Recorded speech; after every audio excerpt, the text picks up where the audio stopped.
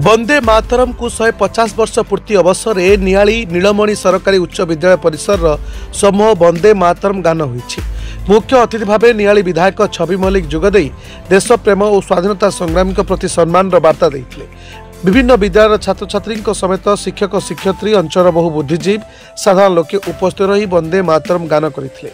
अन्यमानक मध्यरे Niali video तहसीलदार IIC block शिक्षा अधिकारी आत्मा अध्यक्ष प्रमुख अतिथि भाव जोग देते। आज वंदे मातरम जो गीत जो जातीय गीत आज नवेम्बर 7 को 2025 नवेम्बर 7 को 150 वर्ष पूर्ण होई उपलक्षे आमर प्रिय प्रधानमंत्री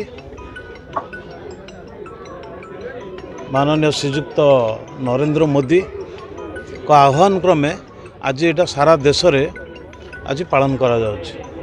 यार उद्देश्य होछि ये गीतटा को लिखिथिले बंकिम चटर्जी लिखिथिले एवं ये गीत आमर अमर स्मृति आनंद मठरू प्रकाशित होइतिला। आउ याकू गीत बोलीथिले रवींद्रनाथ ठाकुर जो गीत बोलीथिले ये गोटे जेतबेले सेतबेले स्वाधीनता पाई देश जेतबेले लड़ुतिला स्वाधीनता संग्रामी माने ये गीतटा गोटे प्रेरणा पाइथिले एवं उत्साह सहकारे ये गीत रो नारा को देइगिरी से माने संग्राम तांकर जारी रखिथिले। ये संग्राम को ब्रिटिशर माने विरोध करिकरी याकू बैन भी मध्य करिथिले। पर मुहूर्त रे ये गीत को से माने कोनोसी जिनिस को न मानी स्वाधीनता संग्रामी माने ये गीत को नारा देइथिले। दुईटी नारा स्वाधीनता बेले स्वाधीनता पूर्व दुईटी नारा गुंजन होता सारा देश रे सेटा हला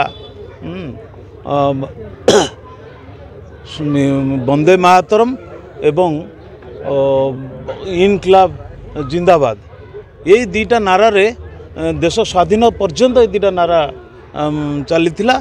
आउ ये गीत को आगामी पीढ़ी पे आपको मन रखापी एवं आमर जो माने छात्र छात्री हुंतु कि साधारण लोक हुंतु ये जो देशात्मक बोधक गीत को सबुदिन चिरदिन मन रखापी एवं समस्तंकर उत्साह पे याकू आमे 150 वर्ष पूर्त उपलक्षे पालन करचु सारा देश रे।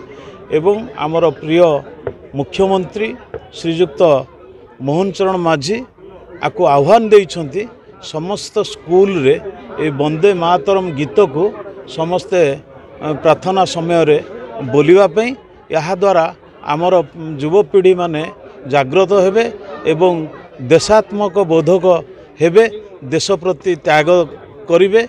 आउ आमर दीटा गीत वर्तमान जातीय गीत रही जेमती जनगण मन अधिनायक जय है आउ वंदे मातरम ये दुईटी गीत होची जातीय गीत। ये जातीय गीत को आम मैंने बर्तमान प्रचार प्रसार करार आवश्यकता रही।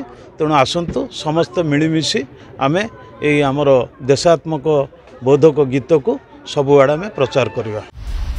दिनलिपि लाइव को एबे ही लाइक शेयर सब्सक्राइब करंतु।